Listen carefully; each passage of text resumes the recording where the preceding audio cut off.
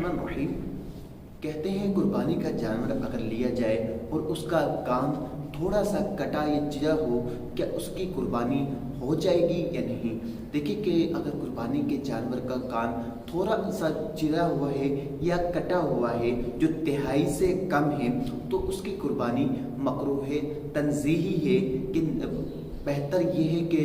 جانور دوسرا لے لیا جائے، وہ جانور نہ لیا جائے۔ اور اگر جو ہے تہائی سے زیادہ اس کی جو ہے کان کٹا ہوا ہے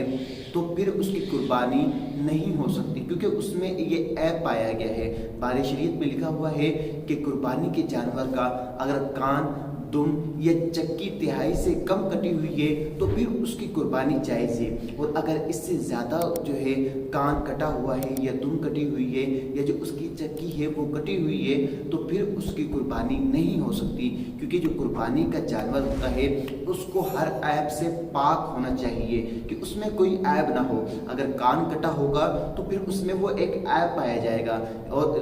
جس جانور میں عیب ہو تو اس کی قربانی نہیں ہو سکتی۔ اللہ تعالیٰ مجھے اور آپ کو دین متین پر چلنے کی توفیق عطا فرمائے، آمین، جاہ نبی الامین صلی اللہ علیہ وسلم۔